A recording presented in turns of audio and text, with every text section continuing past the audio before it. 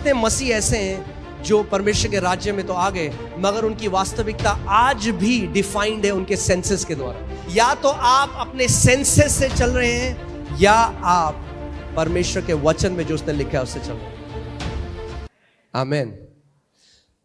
आप जानते हैं आपकी जो रियलिटी है, आपकी जो वास्तविकता है, वो आज तक आई है आपके 5 सेंसेस से, यानी आपकी 5 ज्ञानेंद्रियों से।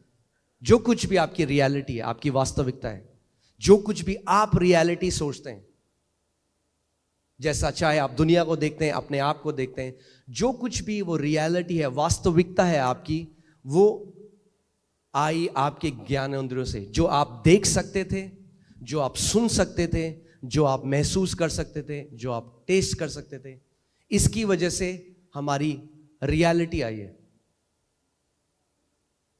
और क्योंकि हम लोगों ने शरीर में जन्म लिया, तो शरीर की ज्ञानेंद्रियों से हमने क्या है, एक शारीरिक वास्तविकता को जाना। मगर दिक्कत यह होती है कि जब हम आत्मा से जन्म लेते हैं, यूहन्ना 3 में प्रभु यीशु मसीह ने कहा, जो शरीर से जन्मा है वो क्या है, शारीरिक, और जो आत्मा से जन्मा है वो आत्मिक है। मगर जब हम आत्मा से जन्म ले लेते हैं, उसके बाद भी हमारी रियलिटी शारीरिक ही रहती है। हम आत्मा से जन्म तो ले लेते हैं, हम कलीसिया आते हैं, पवित्र आत्मा का वरदान पाते हैं, अन्य भाषा में प्रार्थना करते हैं, मगर फिर भी हमारी जो वास्तविकता है वो प्रमुख तरीके से वही है जो हमारा शरीर, जो हमारी आंखें हमें बताती हैं, जो हमारा शरीर हमें बताता है। और आप जानते हैं परमेश्वर का वचन कहता है कि जो कार्नल है, यानी हिंदी बाइबल में लिखा है शारीरिक है, यानी जो अपनी ज्ञानेंद्रियों के चलाए चलता है, वो कभी भी परमेश्वर को प्रसन्न नहीं कर सकता। हम रोमियो की पुस्तक में इसको देखते हैं, रोमियो 8:8 में देखिए क्या लिखा है, और जो शारीरिक दशा में है वह परमेश्वर को प्रसन्न नहीं कर सकता। यहां पे जो शब्द शारीरिक है, और ऊपर जब आप देखेंगे इंग्लिश बाइबल में कार्नल लिखा है। कार्नल मतलब जो सेंसेस से चलता है, जो अपने ज्ञानेंद्रियों के चलाए चलता है। यानी अगर आप अपनी ज्ञानेंद्रियों के चलाए चलते हैं तो आप परमेश्वर को प्रसन्न नहीं कर सकते। जितना मर्जी उपवास रखना है रख लो, जितनी मर्जी प्रार्थना करनी है कर लो, मगर अगर शरीर की ज्ञानेंद्रियों के द्वारा चलोगे तो परमेश्वर को प्रसन्न नहीं कर सकते। कितने लोगों को मेरी बात समझ आ रही है? तो हम जीते कैसे हैं? आप कैसे जी रहे हैं? हम लोग जी कैसे रहे हैं? हम लोग ज्ञानेंद्रियों के द्वारा जी रहे हैं। आप कार चला के आए, कैसे चला के आए? आंखों से आपने देखा, आगे गाड़ी है, ब्रेक मारा। जो जी रहे हैं हम, खाना बना उसमें नमक तेज है, कैसे पता आपको? आपने देखा किचन में नमक तेज डाला किसी ने? नहीं, आपकी जीभ ने आपको बताया।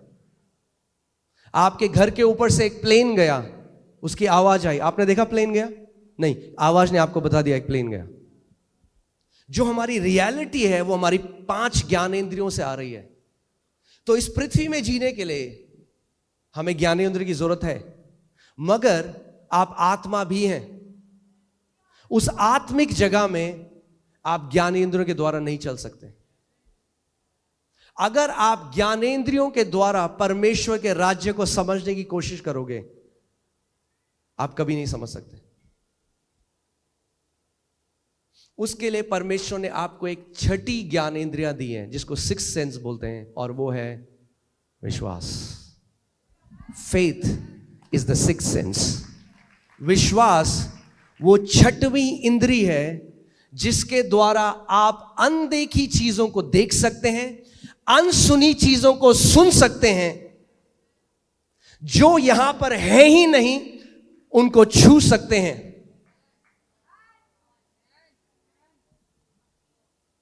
बाइबल क्या कहती है? इब्रानी 11, विश्वास अनदेखी वस्तुओं का निश्चय है। विश्वास क्या है? विश्वास एक 6th सेंस है, वो आत्मा का सेंस है, आपका आत्मा की ज्ञानेंद्रिय है। क्योंकि विश्वास कैसे आता है? याद है आपको? परमेश्वर ने हमें क्या दिया है? विश्वास का आत्मा। विश्वास शारीरिक नहीं है, विश्वास आत्मिक है, आत्मा से आता है।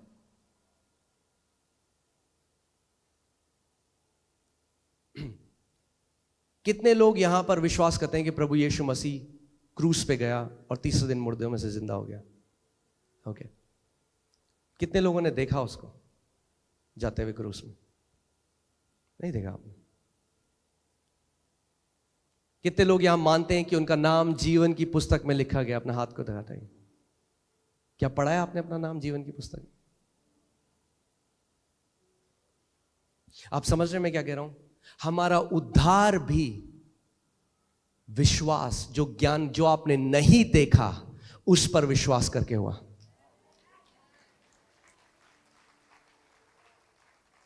और कई मसीह लोग क्या गलती करते हैं, उद्धार तो पा लेते हैं ऐसे, मगर फिर जब प्रभु में आते हैं तो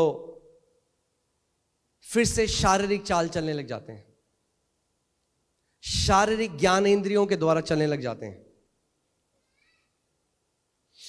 देखिए यूहन्ना 20:24 से 25 हम पढ़ते हैं।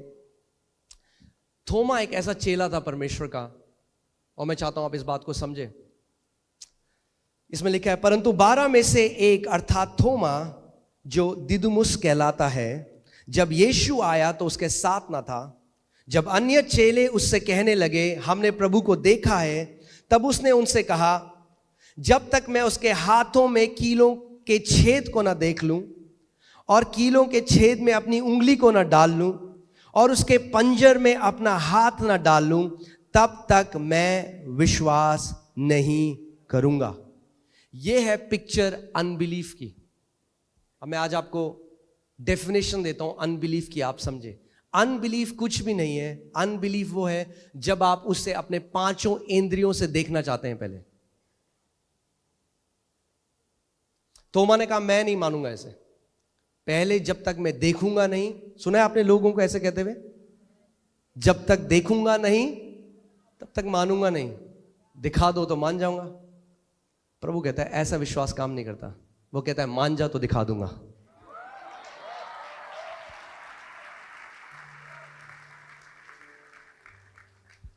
विश्वास, फेथ कैन ट्रांसेंड टाइम। विश्वास जो है, ये जो आपकी ज्ञान इंद्रिया, ये समय में पीछे जा सकता है। समय में पीछे जाता है आपका विश्वास, और आपके अंदर उस निश्चय को लेके आता है कि प्रभु यीशु मसीह क्रूस पे गया। समय में पीछे जाता है। अनदेखी वस्तुओं का वो प्रमाण है। आपको प्रमाण देता है कि प्रभु यीशु मसीह क्रूस में गया। आपको प्रमाण देता है कि वो तीसरे दिन मुर्दों में से जी उठा। आपको प्रमाण देता है। सो परमेश्वर का वचन हमें एक कहानी बताता है, नंबर्स गिनती की किताब 13 में, और बाइबल बताती है कि परमेश्वर ने पहले से इजरायलियों को कहा कि मैंने तुम्हें कनान का वो देश दे दिया है, मैं दे चुका हूं। ध्यान से सुनिएगा इस बात को। इसीलिए परमेश्वर की वास्तविकता और हमारी वास्तविकता अलग है। और अगर आप चाहते हैं कि आपके साथ वो हो जो परमेश्वर चाहता है, तो अपनी वास्तविकता को परमेश्वर की वास्तविकता के अधीन ले आइए।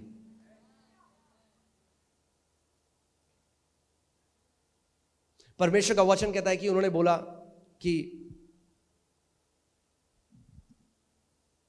परमेश्वर ने उनको वो दे दिया, कनान का देश उनको दे दिया।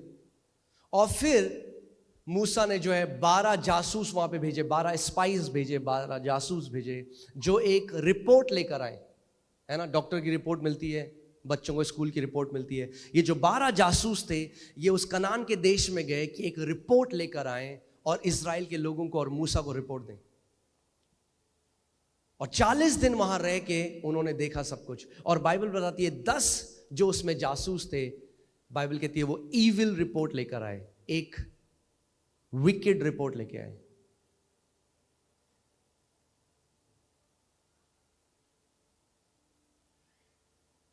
और परमेश्वर उनसे नाखुश हुआ।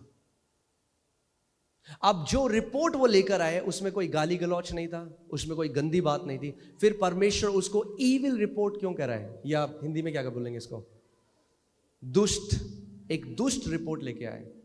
तो नकारात्मक नहीं, वो दुष्ट है। परमेश्वर की नजर में वो दुष्ट रिपोर्ट थी, वो ईविल रिपोर्ट थी, जबकि उन्होंने कुछ भी ऐसा गलत नहीं बोला, पर उनकी रिपोर्ट किस पे थी? अपनी ज्ञानेंद्रियों में। उन्होंने कहा ये जो दानव है वहां पर इतने लंबे और चौड़े हैं, हम तो इनके सामने टिड्डी जैसे हैं। वो भूल गए परमेश्वर ने क्या कहा था। वो अपनी ज्ञानेंद्रियों की तरह चलने लग गए, और जब वापस आए तो एक ईविल रिपोर्ट दी। और बाइबल कहती है परमेश्वर बहुत अप्रसन्न हुआ उनसे। वो गए और जब उन्होंने ईविल रिपोर्ट दी, पूरे इजराइलियों ने उनकी रिपोर्ट पे विश्वास किया। अब ध्यान से सुनिएगा, हर एक व्यक्ति जो शारीरिक है नेगेटिव रिपोर्ट जल्दी मानता है पॉजिटिव रिपोर्ट के। एक कहावत है इंग्लिश में, उसमें लिखा है जब सत्य जो है कपड़े ही बदल रहा हो जाने के लिए, जो झूठी खबर है वो पूरी दुनिया घूम के आ जाती है।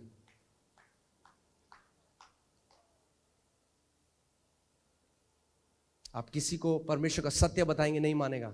आप कोई नेगेटिव न्यूज दो, पूरी फैल जाएगी, हर जगह सब जगह फैल जाएगी। क्योंकि हम किस पे मानते हैं? अपनी ज्ञानेंद्रियों की रिपोर्ट पे। मगर परमेश्वर कह रहा है, इसीलिए यशायाह की पुस्तक में उसने कहा किसने, who has believed our report. अरे हमारी रिपोर्ट कौन मानता है? क्योंकि जो हमारी रिपोर्ट मानता है, परमेश्वर का वचन कहता है मेरा भुजबल उसके जीवन में प्रकट होता है। यानी अगर आप चाहते हो कि परमेश्वर का भुजबल, उसकी सामर्थ आपके जीवन में प्रकट हो, आपको जो परमेश्वर का वचन कहता है वो मानना पड़ेगा अपनी ज्ञानेंद्रियों से ऊपर। या तो आप अपने सेंसेस से चल रहे हैं, या आप परमेश्वर के वचन में जो उसने लिखा है उससे चल रहे हैं। और वहीं पे दो और जासूस थे, जब वो आए तो बाइबल बताती है उन्होंने एक अच्छी रिपोर्ट दी। और उनकी रिपोर्ट क्या थी? उन्होंने कहा अरे ये क्या है ये दानव, हम यूं जाकर अभी उस जगह को ले लेंगे, क्योंकि परमेश्वर ने हमें पहले से वो दे दिया है। परमेश्वर दे चुका है, परमेश्वर दे चुका है। परमेश्वर को देने की जरूरत नहीं है, हमें लेने की जरूरत है। परमेश्वर अपनी वास्तविकता में आपको चंगा कर चुका है। अगर अब आप प्रार्थना करें प्रभु मुझे चंगा कब करेगा, तो आप ज्ञानेंद्रियों की तरह चलाए चल रहे हैं, और वैसा अविश्वास परमेश्वर को प्रसन्न नहीं करता। दूसरा कुरिन्थियों 5:7 में लिखा है क्योंकि हम आंखों देखी बातों पर नहीं बल्कि विश्वास पर चलते हैं। आप जानते हैं विश्वास का सबसे बड़ा जो दुश्मन है वो आपके 5 सेंसेस हैं, आपकी 5 ज्ञानेंद्रियां हैं। किसी का शरीर है उसमें एक ग्रोथ हो गई, डॉक्टर ने कहा कैंसरस है, उसने वचन पढ़ा यशायाह 53:5 और उसमें लिखा है उसके कोड़े खाने से हम चंगे हो चुके हैं। ना वो मुंह से तो बोलते हैं कलीसिया में आके, मगर क्या है, एक लड़ाई है ज्ञानेंद्रियों में और विश्वास के बीच में, और जिसकी बात को वो मानेंगे वही जीतेगा। वैसे ही जैसे इजरायलियों ने 10 जो जासूस थे उनकी खबर मानी। अगर आप आज यहां पर आए हैं और डॉक्टर ने आपको एक नेगेटिव रिपोर्ट दी है, एक लड़ाई है 2 रिपोर्टों के बीच में, एक लड़ाई है। डॉक्टर की रिपोर्ट जो कहती है आपके पास कुछ ही महीने हैं जिंदा रहने के लिए, और परमेश्वर की रिपोर्ट जो कहता है उसने कोड़े खाए और उसके कोड़े खाने के द्वारा तुम चंगे हो चुके हो। और ये दोनों रिपोर्टें विपरीत हैं, एक दूसरे के बिल्कुल उल्टी बातें बोलती हैं। डॉक्टर की रिपोर्ट जो कह रही है वो झूठ नहीं बोल रहा, उसने चेक किया आपका ब्लड, माइक्रोस्कोप के अंदर देखा उसको, मगर वो रिपोर्ट कैसे आई? ज्ञानेंद्रियों के द्वारा। मगर इस आयाम में ऊपर एक आयाम है जो यहां को चीजों को बदल सकता है, और वहां के आयाम की एक रिपोर्ट कहती है कि जब तू पैदा भी नहीं हुआ था तो मैंने तेरे लिए कोड़े खाए ताकि मेरे कोड़े खाने के द्वारा तू चंगा हो गया है। अब प्रभु कहता है तेरे ऊपर है, तू किस बात पे विश्वास करेगा? जो तेरी ज्ञानेंद्रियां तेरे को कहती हैं, दिल्ली का बेस्ट डॉक्टर कहता है, या मेरा वचन जो तेरे को कहता है? हर समय हमारे पास एक चॉइस है, निर्णय करना है कि हम शारीरिक जो हमारी आंखों ने देखा, जो कानों ने सुना, क्या हम उस पर विश्वास करेंगे, या जो परमेश्वर के वचन बोलता है उस पर विश्वास करेंगे। इसीलिए बाइबल कहती है शरीर पर मन लगाना मृत्यु को लेकर आता है। कहते कहां किया प्रभु ने हमें? अगर प्रभु ने किया होता तो ट्यूमर क्यों है? सो हम सत्य को कैसे आंकरें? अपनी ज्ञान इंद्रियों के द्वारा।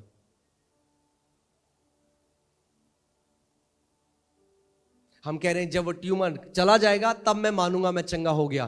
प्रभु कह रहा है तू मान, तू चंगा हो गया, वो ट्यूमर चला जाएगा। परमेश्वर के राज्य मसीह लोगों को विश्वास करना नहीं आता, ये दिक्कत है। इसीलिए गिड़गिड़ाते हैं, भीख मांगते हैं हमेशा। मगर जो वचन में लिखा है उसके साथ एक नहीं होते।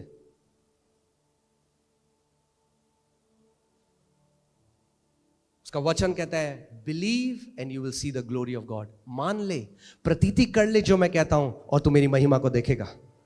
आप जानते हैं जो पुराने नियम में कनान का देश था, लैंड था, प्रॉमिस लैंड था, जिसको बोलते हैं वाचा का जो भूमि थी, जो लैंड था, प्रॉमिस लैंड, वो नए नियम में प्रतिज्ञाएं, प्रॉमिसेस हैं।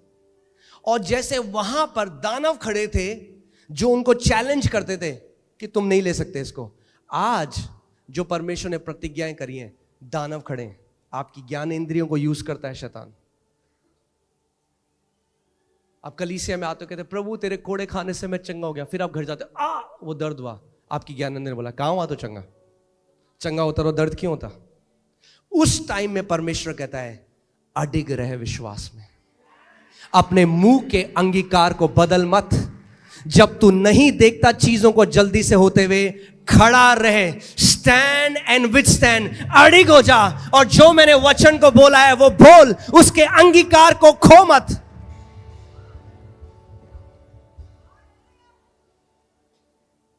कितने मसीह लोग आप जानते हैं उनको क्या चाहिए? वो जादू चाह रहे हैं, जादू। राज्य में कोई जादू नहीं है, आबराकडाबरा नहीं करता परमेश्वर ऐसे। बाइबल बताती है इब्रानी 6:12 में कि विश्वास और पेशेंस के द्वारा, by faith and patience they inherited the promise. अगर आप परमेश्वर की प्रतिज्ञाओं को पकड़ना चाहते हैं तो विश्वास और पेशेंस, धीरज, विश्वास और धीरज, यानी जब आपने किसी बात को मान लिया कि परमेश्वर का जो वचन कहता है, अब खड़े हो जाओ। जब तक वो प्रकट ना हो अपने मुंह के अंगीकार को बदलो मत। जब मैं विश्वास से उसके साथ एक हो जाता हूं तो हल्की हल्की वो मेरे जीवन में प्रकट होने लग जाती है। और कितने मसीह ऐसे हैं जो परमेश्वर के राज्य में तो आ गए, मगर उनकी वास्तविकता आज भी डिफाइंड है उनके सेंसेस के द्वारा।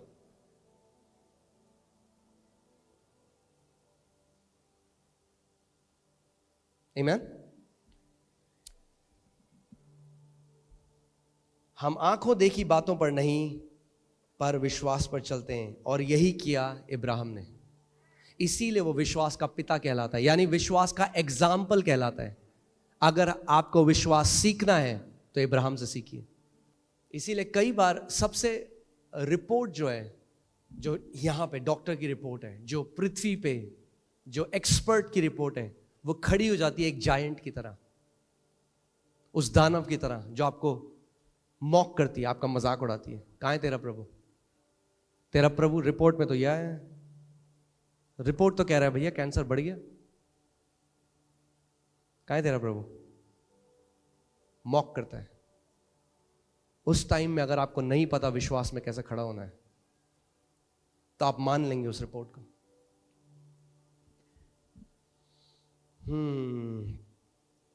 अब्राहम ने क्या किया? अब्राहम ने विश्वास को अपनी ज्ञान इंद्रियों के ऊपर रखा। इसीलिए विश्वास का पिता कहलाता है, इसीलिए हमारा उदाहरण बन गया। और उसके जीवन के द्वारा आप सीख सकते हो कि विश्वास कैसे कार्य करता है। रोमियो 4:19 में लिखा है, वह जो 100 वर्ष का था अपने मरे हुए से शरीर और सारा के गर्भ की मरी हुई सी दशा जानकर भी विश्वास में निर्बल ना हुआ। इंग्लिश बाइबल ज्यादा अच्छा कहती है, वो कहती है he did not consider his own body, यानी उसने अपने शरीर पर ध्यान नहीं लगाया। शरीर के रूप से वो डेड था, इम्पॉसिबल था। जो प्रभु उससे कह रहा था शारीरिक तरीके से वो इम्पॉसिबल था। परमेश्वर ने कहा मैं तुझे जातियों का पिता बनाऊंगा। 100 साल का हो चुका है। अगर अपना शरीर से पूछे, शरीर क्या बन सकता हूं मैं पिता? शरीर कहेगा इम्पॉसिबल, तू नहीं बन सकता। पर शरीर से नहीं पूछा उसने। ये कह रही है बाइबल, उसने अपने शरीर से नहीं पूछा। कई बार प्रभु कहता है मैं तुझे ये बनाऊंगा या मैं तुझे ये मिनिस्ट्री दूंगा, ये बिजनेस। सो आप सबसे पहले बैंक अकाउंट को देते हैं। हाँ जी बैंक अकाउंट जी हो सकता है, बैंक भूल जा, नहीं हो सकता। आपका बैंक अकाउंट नहीं आपको बताएगा, आपका शरीर आपको नहीं बताएगा। हम क्या करते हैं, जो परमेश्वर हमें बोलता है उसके बाद हम उसे शारीरिक तरीके से टटोलते हैं, क्या ये चीज है संभव? और अगर शारीरिक रूप में आपको लगता है कि संभव है तो आप मान लेते हो। मगर परमेश्वर चाहता है कि जो उसने आपको बोला है आप अपनी ज्ञानेंद्रियों के ऊपर उसको रखें और उसको मान लें। तो आज मैं आपको रोमियो 4:20 लगाइए। इब्राहिम एक तरीके से विश्वास में बलवंत हो गया और आप और मैं भी हो सकते हैं, और ना अविश्वासी होकर परमेश्वर की प्रतिज्ञा पर संदेह किया।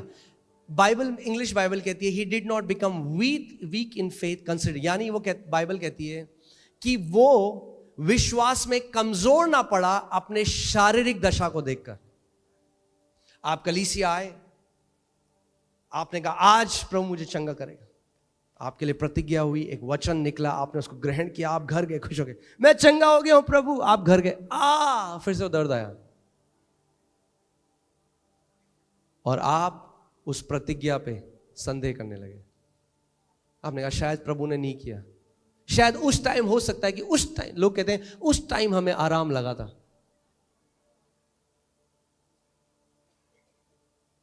इसीलिए कितने मसीह लोग हैं जो अपनी चंगाई खो देते हैं कुछ समय बाद। क्यों? क्योंकि शैतान चुरा ले जाता है। क्यों? क्योंकि ज्ञानेंद्रियों के द्वारा डाउट डालता है उनके अंदर, संदेह डालता है, अरे तुझे चंगा करा ही नहीं प्रभु ने, और वो अपने मुंह से उस बात को बोल देते हैं। इसीलिए परमेश्वर का वचन कहता है कि थामे रहे जो मैंने तुझे दिया है, क्योंकि कोई है जो चुराना चाहता है उसे। सो बाइबल बता रही है जब प्रभु ने इब्राहिम को बोला, आज हमारे पास उदाहरण है इब्राहिम, उसके पास कोई उदाहरण नहीं था, कोई बाइबल नहीं थी उसके पास।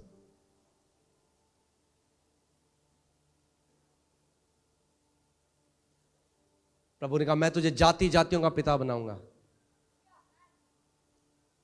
उसने क्या किया? बाइबल बताती है वो विश्वास में कमजोर ना पड़ा और उसने परमेश्वर की प्रतिज्ञा पे संदेह नहीं किया, पर विश्वास में दृढ़ होकर परमेश्वर की महिमा करी।